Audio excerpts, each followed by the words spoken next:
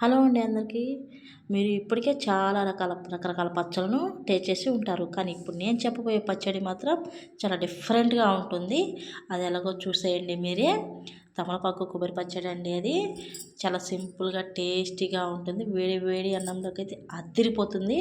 మనం ప్రోటీన్గా చేసుకునే పచ్చళ్ళకి ఇది భిన్నంగా ఉంటుంది టేస్ట్ అనేది. ఖచ్చితంగా ట్రై చేయండి మీరు కూడా. వావ్ సూపర్గా ఉంది అంటారు. మనం ఇలా కొత్తగా చేసి పెడితే ఇంటిల్లిపాది కూడా ఇష్టంగా తింటారు.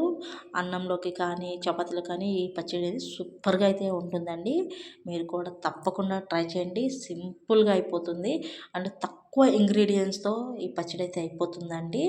మీరు కూడా ట్రై చేయండి. ఫుల్ లింక్ అయితే డిస్క్రిప్షన్లో లింక్ అయితే ఇస్తున్నాను. తప్పకుండా వెళ్ళి చెక్ చేయండి, చూసేయండి పచ్చడి ఎలా ప్రిపేర్ చేసుకోవాలో. ఈ వీడియో కానీ మీకు నచ్చినట్టయితే మన వీడియోని లైక్ చేసి షేర్ చేసి సబ్స్క్రైబ్ అయితే చేయండి ఫ్రెండ్స్.